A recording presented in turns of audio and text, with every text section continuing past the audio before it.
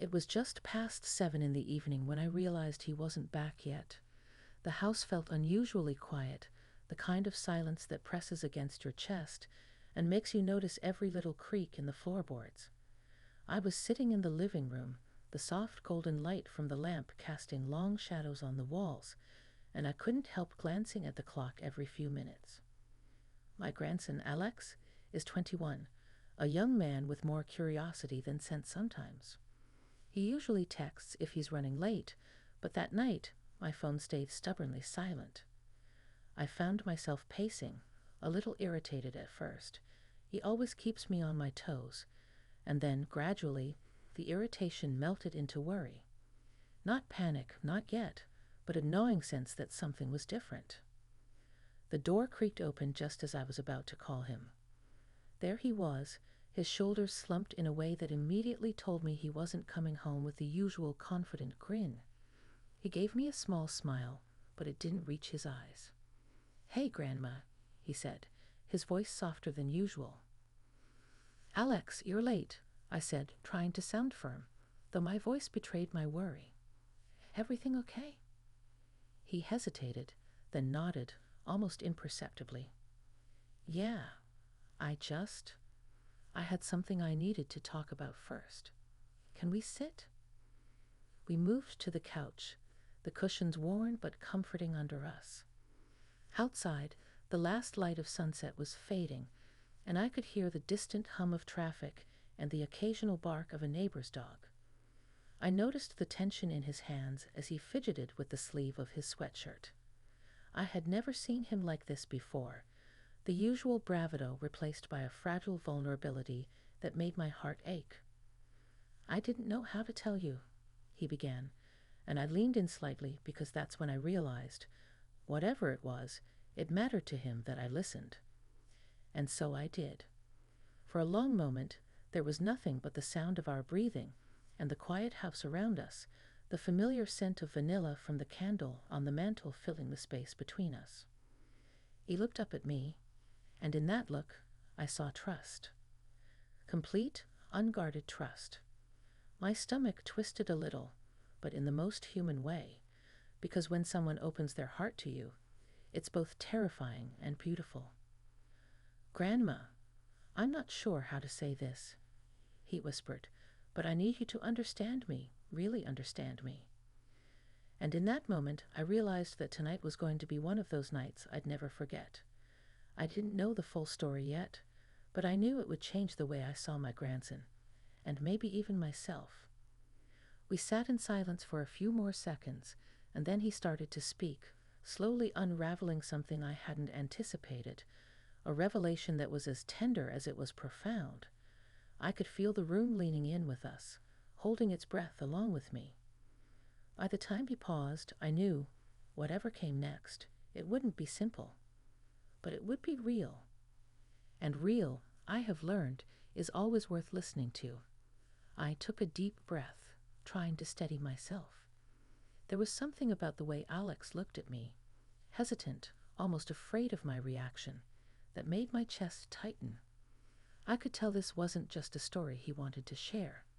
It was a part of him he had been carrying alone, and finally he had chosen to let me in.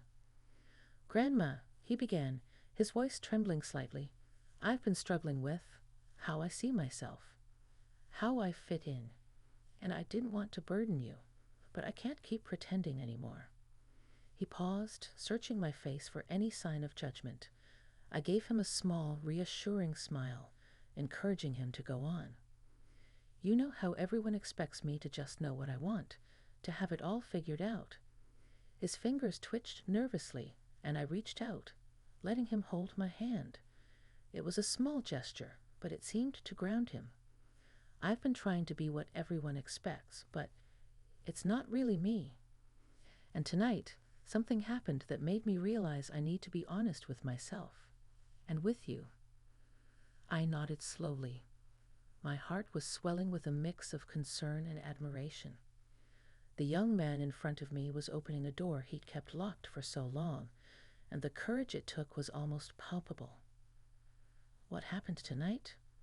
I asked softly, not wanting to rush him, just wanting him to feel safe enough to speak. He looked down at his hands again. I met someone, and it wasn't just casual. It felt real, and I've never felt this way before. I didn't know if I could tell you, because I was afraid you might not understand. His voice cracked slightly, and I squeezed his hand. Alex, I said, my voice calm, steady. You can tell me anything. You've always been my grandson, and that doesn't change. I want to understand you. Always. He took a deep breath, and I could see the tension in his shoulders begin to ease, even if just a little. It's someone I care about deeply, and it feels like I've been carrying this weight alone for too long, and now I don't have to. He looked at me with an intensity that made my eyes sting. I needed you to know, Grandma, because you're the one person I trust completely. The room seemed smaller suddenly, the walls pressing in with the warmth of our shared presence. Outside, the night had fully fallen, and the quiet hum of the neighborhood wrapped around us like a blanket. I could smell the faint aroma of tea from the cup I had left on the table earlier, but it barely registered. My attention was entirely on him. You're my family, Alex, I said, my voice breaking just a little. And nothing about this changes how much I love you. I'm proud of you for being honest. That's not easy to do. He let out a shaky laugh, a mixture of relief and disbelief. I was so scared that you might, I don't know, not accept me. Oh, sweetheart, I whispered, pulling him into a gentle hug. I will always accept you. Always. There's nothing you could ever say that would make me love you any less, and I'm grateful you trusted me enough to tell me. We stayed like that for a long moment, the kind of silence that isn't empty but full of understanding, relief, and unspoken love. I realized then that these moments, the ones that sneak up on you and quietly change everything, are the ones you remember forever. By the time he pulled back, the tension had eased noticeably. He looked at me, a small, grateful smile forming on his lips, and I knew that this night, this conversation, would become a memory neither of us would ever forget. It wasn't just about his revelation. It was about the trust, the connection, and the bond that had deepened between us. And for the first time that evening, I felt an overwhelming sense of peace. After that long pause, we finally settled back into the couch, the soft cushions cradling us like a familiar hug. Outside, the night had fully embraced the neighborhood. Streetlights cast long, gentle streaks across the lawn, and the wind rustled the trees in a soothing rhythm. For a moment, the house felt cocooned, just the two of us in a quiet world of our own making. Alex leaned back, finally allowing himself to relax, and I could see the tension in his shoulders melting away. Grandma, he said quietly, I didn't just want to tell you about tonight. I'd wanted to talk about how I've been feeling all of it. The confusion, the fear, the excitement. I nodded, encouraging him to keep going. I had learned long ago that sometimes the best thing you can do for someone is simply listen, really listen, without interruption or judgment. It's hard, he continued. It's hard to figure out who I am, what I want, and how to be honest without feeling like I'm letting people down. I keep second-guessing myself. He looked at me with those wide, searching eyes, and I felt a pang in my chest. He was so young, yet carrying so much weight on his own. Alex, I said softly, finding yourself isn't easy for anyone. At any age, what matters is that you're trying. And more than that, you're brave enough to talk about it, to share it with someone you trust. That's not a small thing. That's enormous. He let out a breath he seemed to have been holding for hours. I was afraid you'd think I was, I don't know, making mistakes, or that you'd be disappointed. I smiled gently, reaching over to smooth his hair back from his forehead. Sweetheart, disappointment isn't what I feel.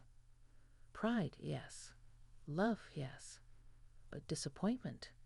Never. Life is about learning, exploring, discovering who we are, and sometimes that means making mistakes. That's how we grow. He chuckled softly, a sound that carried relief and a little amusement at himself. I guess I've been so worried about being perfect, I forgot that nobody is. That's the truth, I said. Nobody is perfect, and anyone who claims otherwise is either lying or hasn't lived long enough to know better. I could see a flicker of a smile on his lips, and my heart swelled. For the next while, we talked about his dreams, his fears, the little things that weighed him down, and the moments that brought him joy. I shared stories from my own youth, the times I felt uncertain and afraid, and the choices I made that shaped who I am today. Laughter mingled with quiet reflection, and the space between us filled with a deep, unspoken understanding. At one point, he reached over and squeezed my hand. I'm glad I told you, Grandma. I feel lighter somehow. Like a part of me I was hiding isn't so heavy anymore. You don't have to carry it alone, I reminded him. Not ever. That's what family is for. By the time he stood to leave the living room and head to his room, the tension that had clung to him earlier had almost entirely dissolved. He paused at the door and looked back at me, a small, grateful smile lighting up his face. Thanks for listening. For really listening, he said. I nodded, feeling a warmth in my chest that I hadn't felt in years. Always, Alex. Always. As the door closed behind him, I sank back into the couch, taking a deep breath. The house was quiet again, but it wasn't the same silence as before. This silence was gentle, filled with reflection and a newfound closeness. I realized that moments like these, honest, vulnerable, and human, were what truly made life rich and meaningful. And for the first time that night, I allowed myself to marvel at how much love and trust could grow in just a single evening. The next morning, sunlight spilled through the curtains, casting a soft glow over the living room. The house felt warmer somehow, infused with the quiet aftermath of honesty and connection. I sat in my favorite chair with a cup of tea, the steam curling into the air like gentle reminders that life moves slowly, beautifully, and often unexpectedly. Alex appeared in the doorway, rubbing sleep from his eyes. He looked calmer today, more grounded, as if the weight of yesterday's confession had lifted a little from his shoulders. Morning, Grandma, he said softly. Morning, sweetheart, I replied, smiling. Sleep well? Better than I have in weeks, he admitted, walking over to sit beside me. There was a new lightness in his demeanor, a quiet confidence that hadn't been there before. I realized that sometimes just being heard, truly heard, can feel like the first step toward freedom. We sat together, drinking tea in comfortable silence, the kind that doesn't need words because it already says everything. The house smelled faintly of baked bread from the day before, and the soft ticking of the clock marked a rhythm that felt almost sacred. Grandma, Alex said after a while, I've been thinking about what you said last night. About life, about growing, about making mistakes. And you're right. I don't have to have it all figured out now. I just need to be honest with myself. And with people I trust. You've taken a big step, Alex, I said gently. Not everyone has the courage to do that. It's a lifelong journey, and each step matters. He looked at me, then really looked, and I saw gratitude, relief, and something else, a quiet determination to embrace who he truly was. I'm glad I have you to guide me, Grandma. Even when I stumble, knowing you're here makes it easier.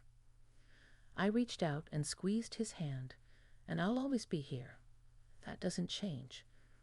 Life is full of surprises, Alex, and some of them are difficult. Some are wonderful, and some, like last night, can be both at the same time. What matters is that we face them together. For a long time, we stayed like that, sitting side by side, letting the morning light fill the room.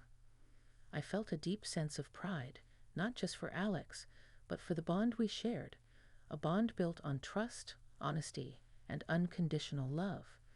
It was one of those rare, fleeting moments that quietly reshape your life, a reminder that the heart has endless capacity for understanding and forgiveness. As he got up to leave for the day, he paused at the doorway. "Thank you, Grandma, for listening, for being patient, for everything." His smile was gentle but full of meaning, and I realized then that these words would stay with me forever. "Always, Alex," I whispered, my voice steady but warm. "Always." When he left, the house was quiet again, but it no longer felt empty. The conversation, the trust, the love, it lingered, wrapping around me like a comforting embrace. I poured myself another cup of tea and sat by the window, watching the sunlight dance across the lawn. I thought about how life changes in small, unexpected ways, how love can deepen in a single evening, and how courage sometimes arrives in the form of a simple, heartfelt confession. I realized then that the evening had been more than a story of a late night and a hidden truth. It had been a lesson in understanding, connection, and growth, a reminder that no matter how old we are, we never stop learning, never stop loving, and never stop discovering the depths of the human heart.